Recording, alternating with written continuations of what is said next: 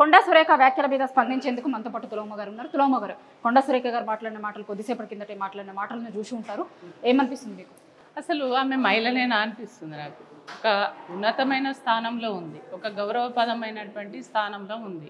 ఆ స్థానంలో ఉన్నటువంటి వాళ్ళు సమాజాన్ని ఇన్ఫ్లుయెన్స్ చేయాలి, ఒక మంచి మాటలు చెప్పాలి, 10 మందికి ఉపయోగపడాలి, నలుగురు నేర్చుకునేటట్టుగా ఉండాలి. ఎవరైనా సమాజంలో అట్లాంటి తప్పుడు మాటలు మాట్లాడితే అట్లా కాదు గిట్లెందుకు చేస్తున్నారని అడిగేటట్టు ఉండాలి. కానీ అట్లాంటి కొండా సురేఖ గారు అంటే ఆమె సీనియర్ కూడా, కానీ ఎన్నో ఏళ్ళుగా రాజకీయాలలో ఉండి నువ్వు ఆ స్థాయికి దిగజారి మాట్లాడడం అనేది అసలు ఇవాళ కేటీఆర్ గారు అయితే నేను చూసినాను, ఎక్కడ కూడా మహిళల్ని కించపరిచిన మాటలే లేవు. కానీ ఆమెనే అసలు కేసీఆర్కును అక్కడ సోషల్ మీడియాలో స్క్రోల్ అయిందానికి సంబంధం ఉందా? లేదు. మళ్ళీ అయినా హరీష్ అన్న తను చెప్పిండు, వివరణ ఇచ్చిండు, అది ఎవరు చేసినా తప్పే, అట్లా అది మాకు సంబంధం లేదు అని చెప్పేసి వివరణ ఇచ్చిండ్రు.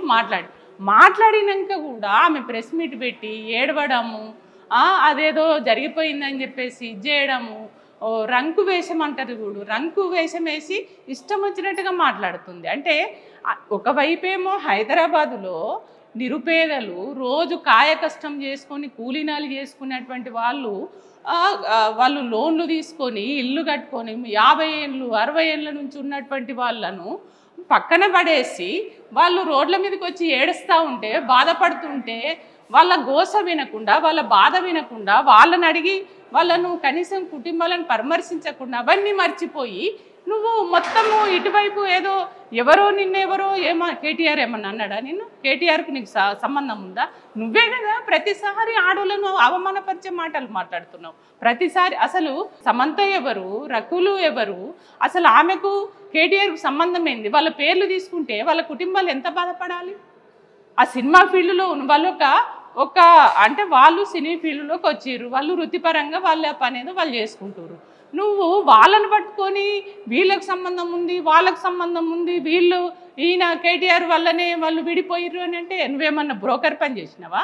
కేటీఆర్కి అది నాగార్జునకి బ్రోకర్ పని చేసినావా? నీకెట్లా తెలిసింది? నీకు చెప్పిండా నాగార్జున వచ్చి చెప్పిండా? చైతన్య వచ్చి నాగ చైతన్య వచ్చి చెప్పిండా? సమంత వచ్చి చెప్పిందా? ఎందుకు ఇతరుల మీద నువ్వు నిందలు వేస్తావు, అనవసరమైన ఆరోపణలు చేస్తావు? ఇతర మహిళలు అంటే నువ్వు ఒక మహిళవై ఉండి వేరే మహిళల్ని నువ్వు అవమానపరచవచ్చు, కించపరచవచ్చు, అవహేళన చేయొచ్చు. వాళ్ళు నువ్వేది మాట్లాడినా నడుస్తుంది. కానీ వీళ్ళు ఏది బీఆర్ఎస్ పార్టీకి సంబంధించిన వాళ్ళు గౌరవపదంగా మాట్లాడి అట్లా ఎందుకు చేస్తారు? ప్రజల్ని పట్టించుకోండి, ప్రజల సమస్యలను పరిష్కారం వైపు మీరు పరిష్కారం చేసే దశగా మీరు మీ పాలన ఉండాలని చెప్తే అది తప్పు అవుతుంది వాళ్ళకి. అంటే ఇవాళ కొండా సురేఖ మా కుటుంబ సభ్యులు ఇట్లాంటివి చూసినప్పుడు ఏమనుకుంటారు, ఎట్లా ఉంటుంది, మా కుటుంబ సభ్యులు ఎట్లా ఫీల్ అవుతారు అనేటువంటిది చెప్తారు. అదే తనే ఇప్పుడు వేరే హీరోయిన్లకు సంబంధించినటువంటి విషయాలు మాట్లాడుతున్నారు. నిజంగా వాళ్ళకి కూడా ఒక కుటుంబం ఉంటుంది కదా, వాళ్ళ కుటుంబ సభ్యులు కూడా అట్లనే ఫీల్ అవుతారు కదా. మంత్రి కాబట్టి ఏం మాట్లాడినా చెల్లుతుందా? వాళ్ళ కుటుంబ సభ్యుల మీద అదే నేను అంటున్నా. ఇప్పుడు ఈమె మహిళ ఇంకో మహిళను మాట్లాడినప్పుడు వాళ్ళ కుటుంబాలు ఉంటాయి, వాళ్ళకు తల్లులు ఉంటారు, చెల్లెలు ఉంటారు, అక్క చెల్లెలు ఉంటారు, వాళ్ళ కుటుంబం ఉంటుంది. మరి వాళ్ళు అవమానపడరా? వాళ్ళు బాధపడరా? వాళ్ళ కుటుంబాలు ఇబ్బందుల పాలు గారా? నీవు ఒక్కదానివే ఎవరో ఇప్పుడు ఇవాళ సమాజంలో ఒక పరాయి పురుషుడు ఎవరికైనా మెడల దండ వేసినా ఇంకేం చేసినా తప్పు. మనం చేతిలో తీసుకుంటావు, నువ్వు మెడలు వేసుకున్నావు, ఎవరో స్క్రోల్ చేసిర్రు, అది టీఆర్ఎస్ పార్టీకి సంబంధం లేదు. ఎవరో చేసిందని టీఆర్ఎస్ పార్టీని ఆడిపోసుకోవడం ఏంది? కేటీఆర్ గారిని ఆడిపోసుకోవడం ఏంది? ఇవాళ సీతక్క కూడా ఆమె అంటే నాకు గౌరవం ఉంది, కానీ ఆమె కూడా ఇవాళ పిచ్చి మాటలు మాట్లాడిరట. ఎంగిలి పువ్వుల బతుకమ్మ రోజు ఇష్టం వచ్చినట్టు మాట్లాడిరని ఆమె అంటుంది.